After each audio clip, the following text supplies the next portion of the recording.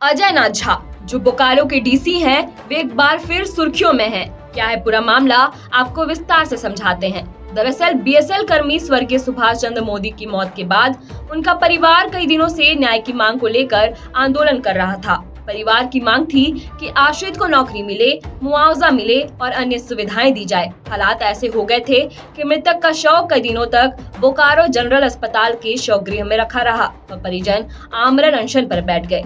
लेकिन सोमवार को इस मामले में बड़ा मोड़ आया है। बोकारो के उपायुक्त अजय नाथ झा खुद धरना स्थल पहुंचे, परिजनों से मुलाकात की, उनकी बातें सुनी और फिर प्रशासन, सेल प्रबंधन, परिवार और आंदोलन से जुड़े लोगों के साथ लंबी वार्ता की। बातचीत के बाद समाधान का रास्ता निकला और अनशन समाप्त हो गया। अब आपको बताते हैं कि आखिर इस बैठक में क्या-क्या फैसले हुए। मामला बोकारो स्टील प्लांट के एमएमएस और सीसीएस विभाग में कार्यरत सुभाष चंद्र मोदी से जुड़ा है। वे स्टाफ संख्या 763509 के कर्मचारी थे। जानकारी के मुताबिक ड्यूटी के दौरान हुई दुर्घटना के बाद उनका इलाज चल रहा था और 17 जुलाई को उनकी मौत हो गई।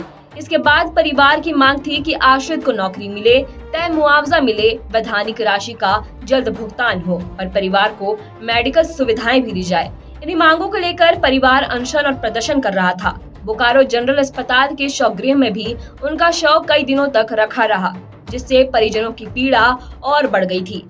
परिवार की तरफ से साफ कहा जा रहा था कि जब तक मांगों पर ठोस आश्वासन नहीं मिलेगा, तब तक आंदोलन जारी रहेगा। लेकिन फिर डीसी अजय नाथ झा ने खुद मामला संभाला। वे टुटेन गार्डन स्थित धरना स्थल पर पहुंचे। इसके बाद उन्होंने गोपनीय कार्यालय में सेल के अधिकारियों, जिला प्रशासन के प्रतिनिधियों, मृतक के परिजनों और धरना समर्थकों के साथ विस्तृत बातचीत की। वार्ता में कई महत्वपूर्ण बिंदुओं पर चर्चा हुई। इनमें स्वर्गीय सुभाष मोदी के दोनों पुत्रों को कंपनी में नियोजन देने, परिवार को मेडिकल सुविधाएं उपलब्ध कराने, पत्नी को समाज कल्याण विभाग के तहत अनुसूचित जनजाति वर्ग में मिलने वाली सुविधाएं देने और उनकी एक बेटी जो झारखंड सरकार में तीरंदाजी यानी आर्चरी के जिला कोच के रूप में अवसर देने जैसे मुद्दे शामिल रहे।